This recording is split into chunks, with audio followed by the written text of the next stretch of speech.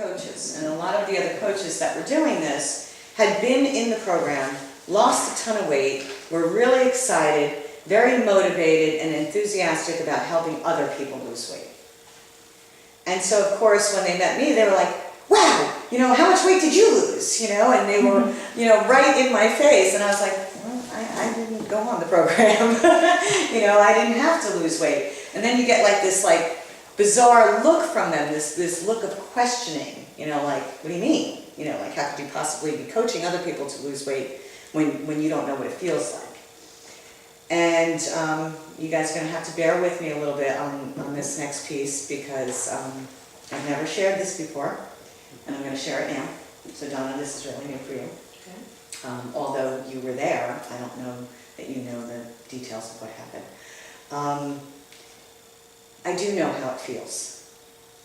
I was not overweight, but my brother was. And my brother had gained quite a bit of weight and started to get depressed over it, and there was a lot of variables that were happening in his life, and he had gained an enormous amount of weight. We estimate, and I say we as me and my husband because nobody had the nerve to even ask him, and I don't think a scale would have even told him, but we kind of guessed that he was somewhere around 420 pounds. Yeah. And what happened was that I had gotten a phone call. I was very concerned about it, because here I am, very thin. My mother's very thin, and here my brother was just getting bigger and bigger and bigger and bigger. And, we would talk to him about it, and he'd be like, oh, it's all bought and paid for, and he'd walk around all proud of himself and all of that. And, it got to the point where we would joke with him, and we actually used to call him Shamu, which is kind of bad, but, siblings can do that, you can do that. So, and he'd laugh it off, and it was no big deal and all that, but he was Shamu.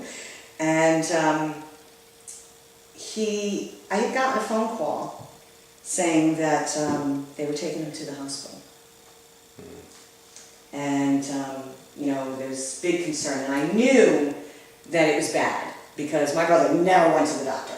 Never. I mean, he could slice his arm half off, and he'd be, I'll be fine, no big deal.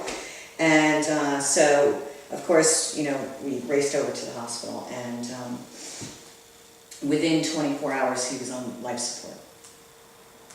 And he spent 12 days in the hospital in critical care, and I was there every day with him.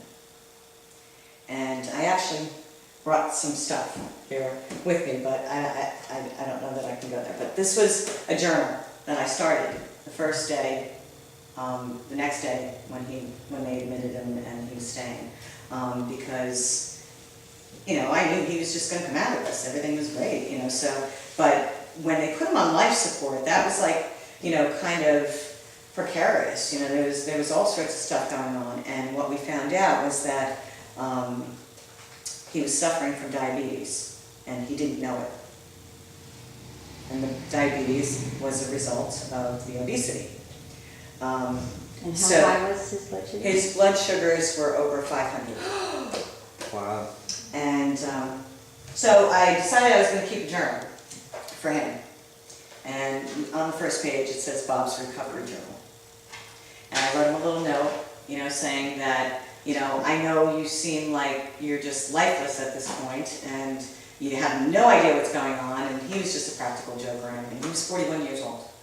And I said, I know he's never going to believe me, so I got to document every moment of every day that we're in here. And I was there every day, so I could do that. And as it turned out, my brother had sleep apnea as a result of the obesity. And he was also bordering on congestive heart failure. All of these diseases are preventable with weight loss. These diseases come as you gain weight. So all of these things that he had going on with him were all preventable had he had lost the weight. he didn't make it. My brother died in the hospital 12 days later because he was obese. And they told us that when he went in, because he went in with pneumonia, and they said that, you know, people get pneumonia all the time. I've had it twice, you know, and, but his body was so compromised at that point that it was going to take a miracle for him to come out of it. And, you know, of course, miracles happen every day, so we were very optimistic. So that's my why. That's why I'm here. To help other people avoid this. You know?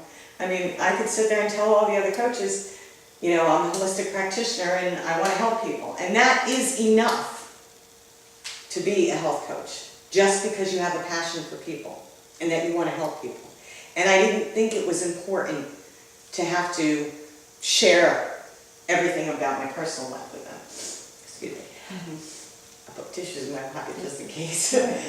Smart. We all hug it. Group hug. Group hug. So, sorry. So being a health coach is hugely important because you have to care about the people that you're working with. And I've met a lot of health coaches recently over the last month in Take Shape for Life, and they are simply amazing people. Simply amazing people.